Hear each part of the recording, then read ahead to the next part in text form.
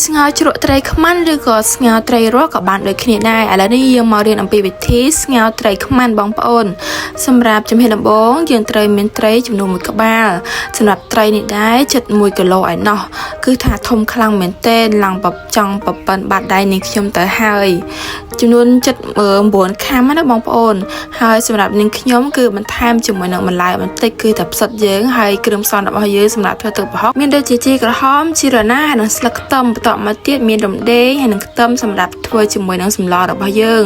សម្រាប់នេះដែរគឺជាគ្រឿងផ្សំសម្រាប់យើងដាក់នៅពេលដែលទឹកពុះយើងចាប់ផ្ដើមដាក់បងតែម្ដងទៅមានដូចជាស្លឹកគ្រៃស្លឹកក្រូចរំដេងដើម្បីកាត់ឆ្អាបនៃត្រីរបស់យើងឬក៏ក្បាលត្រីឬក៏បងប្អូនចង់ធ្វើសម្លក្បាលត្រីរស់អញ្ចឹងណាបន្តមកទៀតយើងចាប់ផ្ដើមដាក់វាមួយពូអញ្ចឹងណាដើម្បីឲ្យវាឆ្អិនល្អហើយកុំភ្លេចបន្ថែមជាមួយនឹងអំបិលបន្តិចផងហើយសូមបងប្អូនដាក់ជាមួយនឹងត្រីរបស់យើងចូលទៅនាងខ្ញុំដាក់ចំនួនមួយក្បាលទាំងអស់ហ្នឹងណាព្រោះថានាងខ្ញុំដាក់វាម្ដងមួយដើម្បីកុំឲ្យវា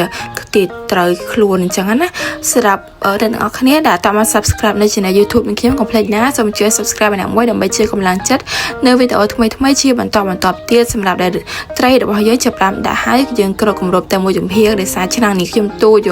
អញ្ចឹងហើយនេះខ្ញុំគ្របតែមួយចំហៀងទេហើយមើលទៅថាមានកំអែលអីចឹងយើងត្រូវ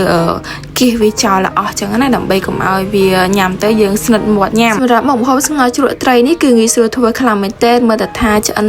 ត្រីរបស់យើងចាប់ផ្ដើមឆ្អិនល្អហើយសឹមយើងចាប់ផ្ដើមដាក់បន្លែរបស់យើងដូចជាផ្សិតឬក៏បន្លែ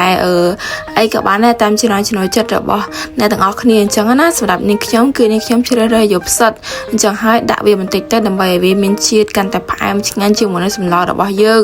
សម្រាប់ថាស្ងោរជ្រក់នេះគឺថាយើងញ៉ាំទៅគឺបើកម្លាំងខ្លាំងមែនទែនគឺមានអារម្មណ៍ថាញ៉ាំទៅឆ្ងាញ់អត់មានប៉ះពាល់អីច្រើនទេសម្រាប់ស្លម្ជូរវារៀងមានប្រហុកអញ្ចឹងហើយត្រូវធ្វើឲ្យយើងផ្ដាសាយអីចឹងទៅសម្រាប់នេះដែរគឺយើងបានទុកឲ្យវាពុះឲ្យបានល្អអញ្ចឹងណាដើម្បីឲ្យត្រីហើយនឹងផ្សិតរបស់យើងហ្នឹងកាន់តែថាចូលជាតិល្អ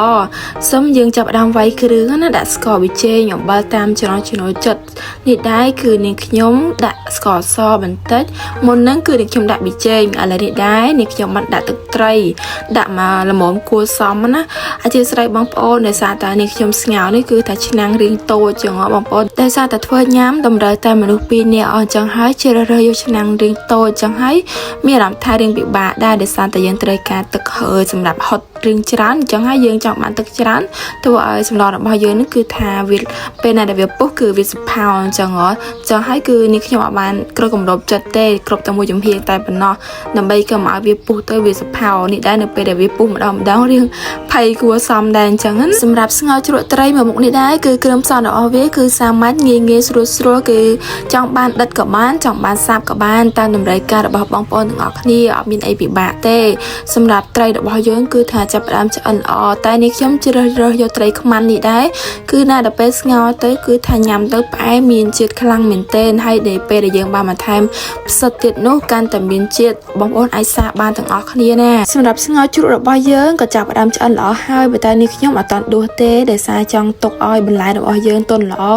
ហើយនឹងត្រីរបស់យើងកាន់តែឲ្យឆ្អិនល្អជាងនឹងបន្តិចទៀតអញ្ចឹងណាប៉ុន្តែនេះដែរមើលតែថាសមតម្រូវការរបស់យើងភ្លក់ទៅត្រូវមាត់ត្រូវជាតិហើយសឹមយើងចាប់ផ្ដើមដួសដាក់ចានហើយចាំយើងបង់ជីតែម្ដងឬក៏បងប្អូនឬក៏អ្នកទាំងអស់គ្នាចង់បង់ជីពីលើហ្នឹងតែម្ដងក៏បានដែរជីរបស់យើងមានដូចជាជីរណា